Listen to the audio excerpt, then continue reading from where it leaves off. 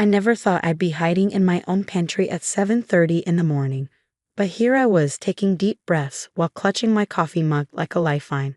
Through the door, I could hear my mother-in-law Margaret's voice growing increasingly shrill as she lectured my children about proper breakfast table behavior. Emily, a young lady does not reach across the table like that. And Lucas, for heaven's sake, stop drumming with your spoon. This is exactly what I'm talking about, Amanda. These children have no structure, no discipline. I closed my eyes and counted to 10, reminding myself that Margaret was only staying with us for 2 more weeks while her house underwent renovations. Just 14 more days. I could handle this. I had to. The sound of a chair scraping against the floor made me wince. But Grandma, my 8-year-old Emily protested. I was just trying to get the syrup before it dripped on the... No excuses. A proper young lady asks for items to be passed. And Lucas, sit up straight this instant. My 6-year-old son's quiet sniffle was all it took. I emerged from the pantry, plastering on what I hoped was a neutral expression. Kids, why don't we go get ready for school? Don't forget to brush your teeth. Emily and Lucas practically bolted from the table, leaving their half-eaten breakfast behind. Margaret's lips pressed into a thin line as she watched them go, her steel gray hair perfectly coiffed despite the early hour. She'd probably been up since dawn, ironing her clothes and applying her makeup with military precision. Amanda, she began, turning those ice blue eyes on me. We need to discuss your children's behavior. This chaos cannot continue. I busied myself clearing the breakfast dishes, trying to keep my voice level. They're just being kids, Margaret. It's normal for them to be energetic in the morning. Normal? She practically spat the word.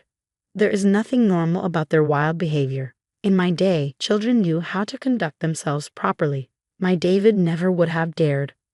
Mom. My husband's voice cut through her tirade as he entered the kitchen, already dressed for work in his doctor's scrubs. It's too early for this. Margaret's expression softened immediately as she looked at her son. David, darling, I'm simply trying to help.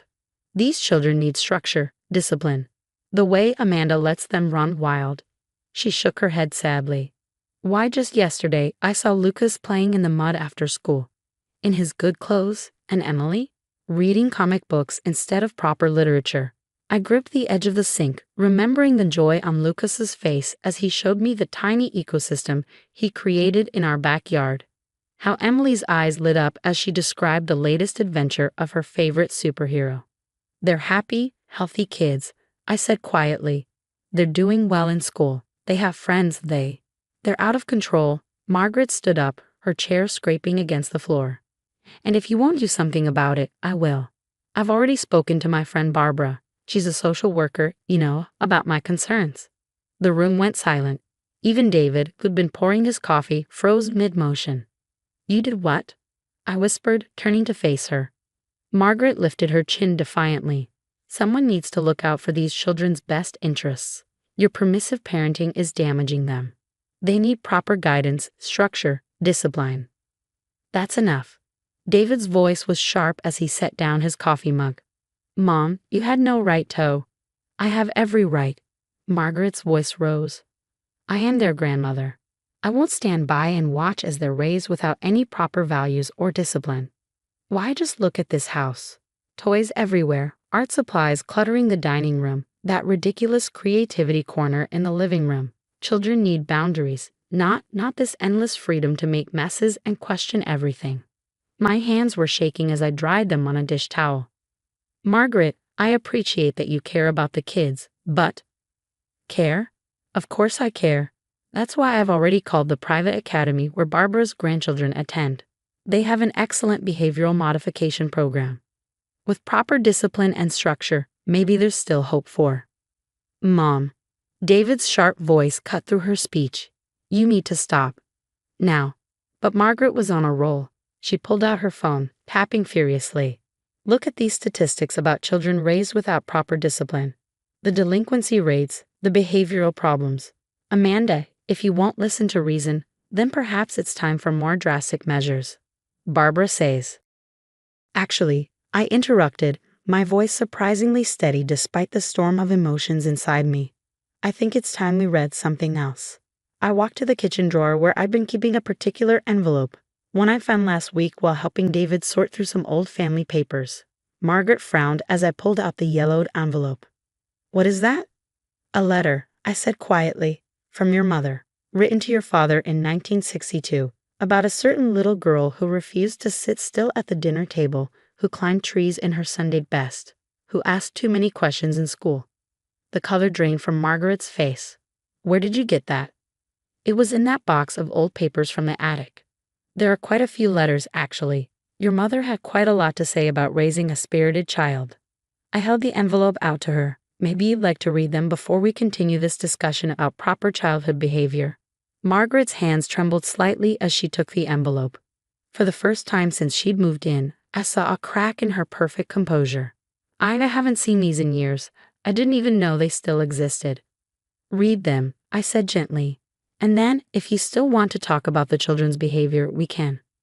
Just then, Emily and Lucas came thundering down the stairs, backpacks bouncing. Mom, we're ready. I turned to my children, taking in their slightly rumpled clothes, Emily's messy ponytail, Lucas's untucked shirt. They were perfect in their imperfection, vibrant with life and energy and curiosity. Have a good day at school, loves, I said, hugging them both. As they headed for the door, I caught Margaret staring at them, the envelope clutched in her hands, an unreadable expression on her face. David touched my shoulder gently. I'll drop them off on my way to the hospital, he said, then turned to his mother. Mom, just read the letters, okay. Margaret nodded slowly, still staring at the envelope as if it might bite her. As my family left for the day, I saw her sink into a kitchen chair, carefully opening the first letter with trembling fingers. Sometimes, I thought, the past has a way of teaching us exactly what we need to learn about the present. I spent the morning cleaning the house, trying to keep my hands busy while my mind raced. Margaret hadn't emerged from her room since reading the first letter. The sound of occasional drawers opening and closing told me she was still up there, presumably going through more of her mother's writings. Around noon, I heard her footsteps on the stairs. When she appeared in the kitchen doorway, I almost dropped the plate I was drying. Margaret's perfectly styled hair was disheveled, her makeup slightly smudged, as if she'd been wiping her eyes. In her hands, she clutched a stack of letters and what looked like an old photo album. I found this too, she said softly, her voice lacking its usual sharp edge. In the box with the letters. I'd forgotten. She placed the album on the kitchen table with trembling hands. Cautiously, as if approaching a wounded animal, I sat down across from her. Margaret opened the album to reveal a black and white photograph of a little girl, perhaps 7 or 8, covered head to toe in mud but grinning widely at the camera. That's you. I asked, though I already knew the answer, the same ice-blue eyes, even then full of life and mischief. Margaret nodded, tracing the photograph with a fingertip. Mother was furious that day. I'd ruined my new dress playing in the creek behind our house. I was supposed to be practicing my piano lessons, but I discovered a family of newts and she trailed off, lost in the memory. What happened? I prompted gently. Father took this picture before Mother could send me to clean up. He said. Her voice caught. He said he wanted to remember me exactly as I was, joy and mud and all. She turned the page to reveal more photos. Young Margaret climbing trees, conducting science experiments in the kitchen, putting on plays with neighborhood children. Your mother's letters, I ventured carefully. They seem to tell a similar story. Margaret's hands shook as she picked up one of the letters. Mother was like me, like I've become, she corrected herself with a bitter laugh. Always worried about appearances, about proper behavior. But Father, she unfolded the letter. May I read you something? I nodded, and she began to read aloud. My dearest John, I fear I'm doing it all wrong with Margaret. Today I scolded her again for asking too many questions in school, for disrupting the class with her endless curiosity. But when I saw her little face crumple, when I watched her try to shrink herself to meet my expectations, I remembered my own childhood. How many times did I silence my own questions, hide my own passion for learning, all in the name of being a proper young lady? Are we dooming our daughter to the same fate? Margaret's voice broke on the last words. She looked up at me, her eyes swimming with tears. I became my mother, she whispered. Worse than my mother, even. She at least questioned herself. I've been so certain, so righteous in my beliefs about proper behavior, about discipline. A small noise from the doorway made us both turn. Emily stood there, clutching her backpack, with Lucas half hidden behind her. I glanced at the clock. Early dismissal day. I'd completely forgotten. Mom. Emily's voice was uncertain. Is Grandma okay? Before I could respond, Margaret did something that shocked me to my core. She opened her arms. Come here, both of you. Please? My children hesitated, looking to me for reassurance. I nodded, and they cautiously approached their grandmother. Margaret pulled them close, something I'd never seen her do before. I'm so sorry, she whispered into their hair. I'm so sorry.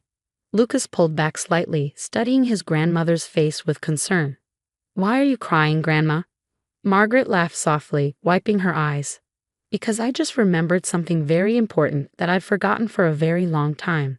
She reached for the photo album. Would you like to see some pictures of when I was your age? Emily's eyes widened as she saw the mud-covered girl in the photograph. That's you. It is indeed, Margaret smiled, and for the first time since she'd moved in, it reached her eyes. Would you believe I once kept pet newts in my bedroom? Drove my mother absolutely crazy. Really? Lucas perked up. Like my beetles? Just like your beetles, darling. Margaret touched his cheek gently. You know, I had quite the insect collection myself, once upon a time. I quietly slipped out of the kitchen, leaving them hunched over the photo album together. Through the doorway, I could hear Emily's delighted giggles as Margaret described some childhood adventure, and Lucas's excited questions about her old bug collection. When David came home that evening, he found all four of us in the backyard. Margaret, her expensive slacks rolled up to her knees, was helping Lucas expand his mud ecosystem, while Emily sketched them both in her art pad.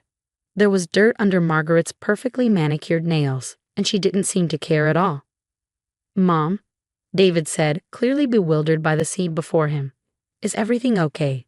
Margaret looked up, her face streaked with dirt, but somehow younger than I'd ever seen it. No, darling, she said softly. Everything isn't okay, but I think perhaps it's finally going to be. The next 2 weeks passed in a way I never could have imagined. Margaret's transformation wasn't instant. Old habits die hard, after all, but the changes were remarkable.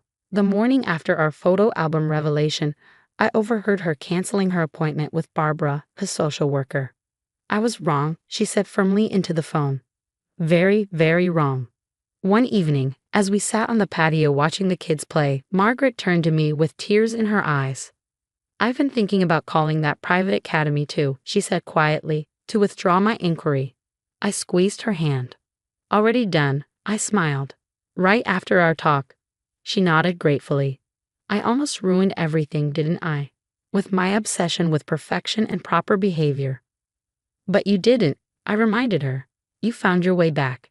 Inside the house, we could hear Emily and Lucas arguing over whose turn it was to feed the new class hamster they brought home for the weekend. Before Margaret could react to the rising voices, I saw her take a deep breath and slowly release it. You know, she said thoughtfully, I had a pet hamster once. Kept it in my dollhouse after Mother said no more animals in the house. Father found out but never told her. He'd slipped me extra food for it during dinner. The memory made her smile, and I watched in amazement as she stood up and went inside. Instead of her usual scolding about proper indoor voices, I heard her say, Why don't we make a schedule for taking care of your little friend? I might have some tips from my own secret hamster keeping days. The children's excited chatter that followed warmed my heart. Saturday morning found us all in the kitchen, making what Margaret would have once called an unnecessary mess. Now she was right there with us, helping Emily and Lucas measure ingredients for pancakes. When Lucas accidentally dropped an egg on the floor, I tensed, waiting for the lecture about carelessness. Instead, Margaret laughed. Oh, darling, you should have seen the time I tried to make breakfast for Mother's birthday. Broke every egg in the carton. But you know what? She leaned down to help him clean up. The pancakes we ended up having at the diner that morning were the best I'd ever tasted.